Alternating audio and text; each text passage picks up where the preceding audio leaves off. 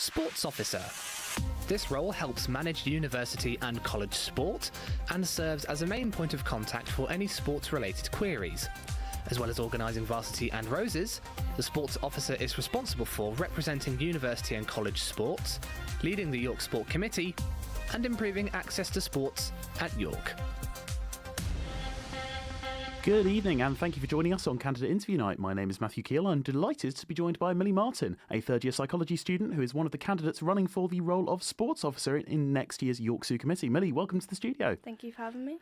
It's lovely to have you here. Would you mind briefly introducing yourself and giving a very brief outline as to why you're running for this position? Hello, my name is Millie Martin. I am running for this position mostly because I had an ACL injury last year that really ignited a second passion for sport. I've been psychology officer this year for the department, and I have also been on the football university committee for the last 2 years. I'm really passionate about football in particular, and it's a job that I would really love to take.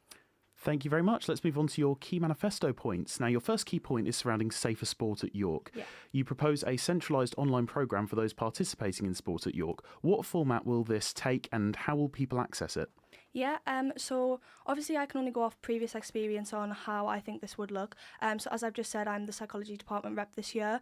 What we set up in psychology is obviously different but similar system. We went with an online VLE system where basically the students of psychology now have access to everything in one place. So this online centralised VLE system is a community tab which has all of the key information in one place. The way that I think this would work is very similar to that system. So I think it would be a website similar to one of the websites we already have up, but a separate tab on this website with all of the sport-specific injury prevention, nutrition guidance, online S&C, and obviously utilising those connections that I already have from my rehabilitation in order to get subsidised rates for these programmes online.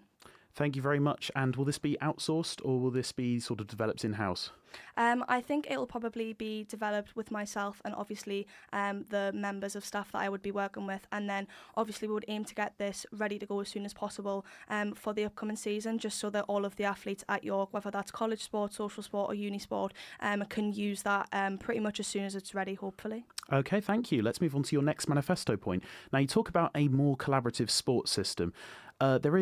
It's no secret there's a vast inequality between the amount of funding certain clubs receive and how some clubs are treated. This being further exposed by the meeting that you propose could lead to some tension. So how would you prevent this from happening, or how would you resolve it if it did happen? Yeah, so I think that the idea that I came up with would be to have separate meetings kind of grouped into sport-specific categories, if that makes sense. So you could have racket sports, for example, you could have field sports, you could have like those more indoor sports, and you could kind of group them into their own communities so that they can relate to each other more. I would also propose potentially having one for university clubs, one for college clubs, and then a more open forum as well.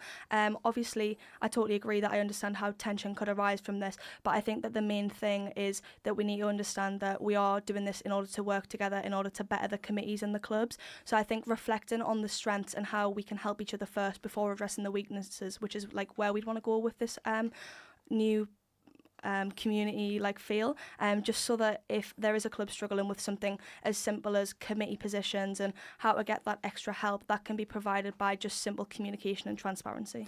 Thank you. And your third main point, moving on, is surrounding inclusivity in sports. Now, you say that there no barriers or discrimination will exist in the sporting community should you be elected. Now, there's one barrier to entry that you didn't mention in your manifesto, which is cost. The rising cost of living is making gym or sports club memberships unaffordable for many students. Do you plan to tackle this should you take office? And if so, what steps would you take? This is definitely something I plan to look at. Obviously, I didn't refer it directly in my manifesto because I don't want to create false promises before I'm in the position. I would obviously want to see what the funding looks like from an insider perspective before promising things that obviously might not be achievable. So the way that I think I would tackle this, I am myself a student who works 4 part-time jobs. I don't benefit from the Access Activities Grant, so I can see how this is becoming a problem. Myself included, I do struggle to pay the current fees of university clubs that I would want to attend. So the main thing that I would look at is looking at the activity access grant. Because of the cost of living, can we decrease the household income, and is there an avenue for that? That would be my first port of call for that. Well, thank you very much. That's all we have time for, I'm afraid. Millie, thank you so much for joining us today. Coming up next in the other studio is Erin interviewing Akash Guru-Prasad. I've been Matthew Keel, and enjoy the rest of your evening here with URY. Thank you. Sports Officer. This role